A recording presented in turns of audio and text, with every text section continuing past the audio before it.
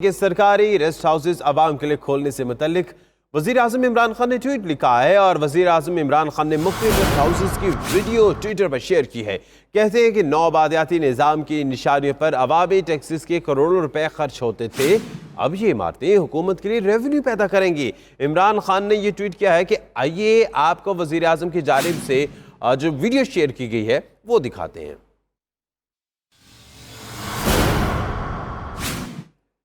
ये वीडियो के मंजर भी आप देख रहे हैं, एरियल व्यू, और कितना ही दिलकश और खूबसूरत ये मंजर है और दावत नज़ारा पेश कर रहे हैं उन तमाम सियाहों को, उन टूरिस्ट को जो यहाँ पर आए और रह सकते हैं। और ये सिर्फ एक सैरगाह नहीं बल्कि पाकिस्तान के लिए एक रेवेन्यू भी जनरेट करेगा। तो सरकारी रेस्ट हाउसेज जो है वो अब आवाम के लिए खोले जाएंगे।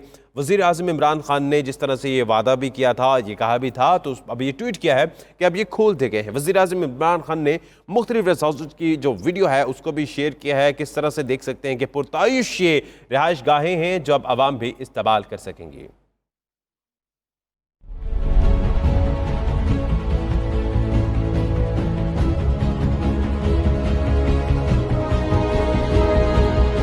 (1923) में तामीर होने वाला 8 कमरों पर मुश्तमिल और 76 कनाल पर फैला हुआ, सतह समंदर से 7,922 फुट की बुलंदी पर वाक़े खैबर पख्तूनख्वा का सबसे खूबसूरत सरकारी रेस्ट हाउस गवर्नर हाउस नथिया गली अब आवाम की बुकिंग के लिए दस्तयाब होगा।